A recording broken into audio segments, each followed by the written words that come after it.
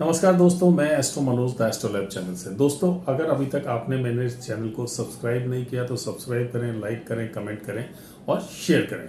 दोस्तों, आज मैं जो जानकारी आपके पास लेकर आया हूँ वो पितृपक्ष से रिलेटेड है।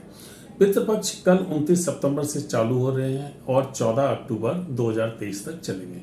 दोस्तों, जो हम ये पितृपक्ष हैं ये हम इसलिए मनाते हैं कि जो हमारे परिवार के सदस्य इस पृथ्वी लोक को छोड़ के चले गए हैं, तो जिस दिन वो इस पृथ्वी लोक को छोड़ के गए उस दिन हम उनका श्राद्ध मनाते हैं और उस दिन हम ब्राह्मणों को भोजन कराते हैं और दान करते हैं। इस पितृपक्ष में आप अपने पितृदोष का बहुत ही अच्छे उपाय कर सकते हैं और इस पितृपक्ष से शुरुआत करके अगले पितृपक्ष तक अगर आप इन उपायों को करते हैं तो आपको बहुत ही लाभ और फायदा होता है।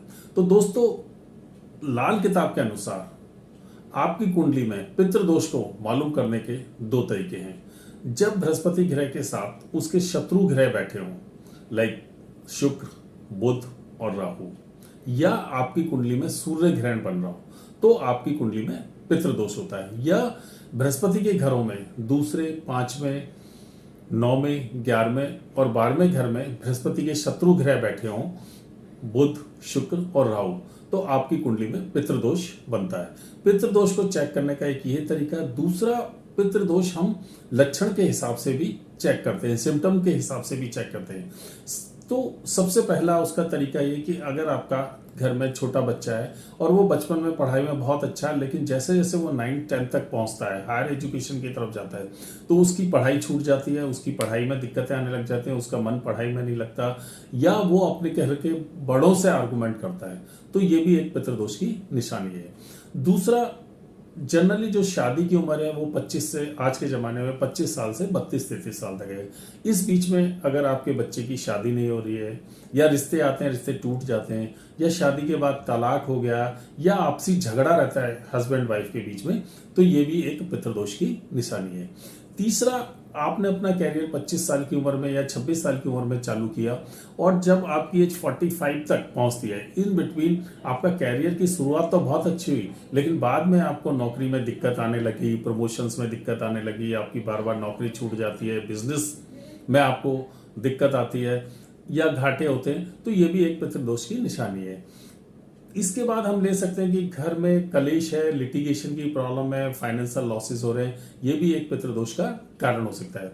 और आपकी उम्र 50 से 60 के बीच में पहुंच गई, जिस समय आपको परिवार की वो सपोर्ट करना चाहिए था, आपके परिवार को सबसे ज्यादा आपकी जरूरत थी, उस समय आपको हेल्थ इश्यू आ गए, आपकी नौकरी छूट गई, बिजनेस में घाटा हो गया, प्रॉपर्टी में लॉस हो गया, तो ये भी एक पितृदोष की निशानी है। अब हम इस पितृदोष को किस तरह से दूर करें, किन उपायों को करके हम पितृदोष को दूर कर सकते हैं। तो दोस्तों, ये बहुत छोटे छोटे उपाय हैं, इनको करेंगे तो आपको इनके बहुत अच्छे रिजल्ट मिलेंगे। पितृदोष के उपायों को करने के लिए सबसे पहले हम 3 ग्रहों के उपाय करें, जुपिटर, सन और मून।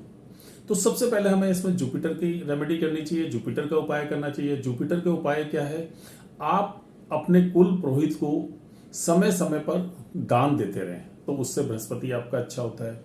या जो आपका पैतृक गांव है, जो जहां से आपका निकास है, बचपन में जहां आप रहे हैं, उस गांव में अगर कोई ब्राह्मण है तो उसको आप ध्यान दें। या उस गांव के अंदर कोई ऐसा मंदिर है जिसमें पूरा गांव जाता हो, तो उस मंदिर में जाके आप पूजा करें और दान दें, तो बृहस्पति आपका बहुत अच्छा होगा। बृहस्पति अच्छा होने से आपका जीवन अच्छा होगा। दूसरा यह है कि जहां आप अभी रहते हैं वहां मंदिर में जाएं, बृहस्पति के दिन चने की दाल का दान करें या और किसी पीली वस्तु का दान करें, या आपके घर के आसपास कोई ब्राह्मण या कोई सन्यासी रहता है तो उसको आप पीली चीजों का दान करें, जिसमें आप पीला कपड़ा भी उनको दे सकते हैं, बेसन के लड्डू दे सकते हैं, हल्दी दे सकते हैं, चने की दाल दे सकते हैं, या अपने क्षमता अनुसार उनको सोने का दान भी कर सकते हैं। इसके करने से आपका बृहस्पति बहुत अच्छा हो जाता है। अब हम बात करते हैं दूसरा ग्रह सूर्य।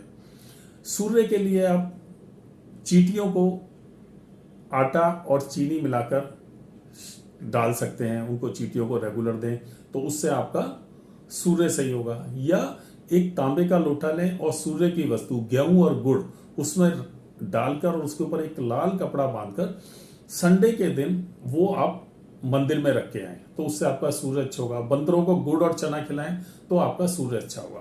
तीसरा आपको चंद्रमा, आपको चंद्रमा का उपाय करना है। एक चांदी के लोटे में पीपल पर जल चढ़ाएं या सूर्य को जल दें तो आपका सूर्य अच्छा होगा। अगर आप यह नहीं कर सकते तो सोमवार के दिन एक पीले कपड़े में चावल बांधकर शिवलिंग के ऊपर रखें और ये उपाय आप हर मंथ करते रहें तो आप ये देखेंगे कि नेक्स्ट पितृ पक्ष आने तक आपका काफी आपकी प्रॉब्लम्स कम हो गई हैं या खत्म हो गई हैं। तो दोस्तों आप इन रेमेडीज को करिए और इन सब के बारे में पूछने के लिए आप मुझसे या किसी अच्छे ज्योतिष से भी कंसल्ट कर सकते हैं। राधे राधे।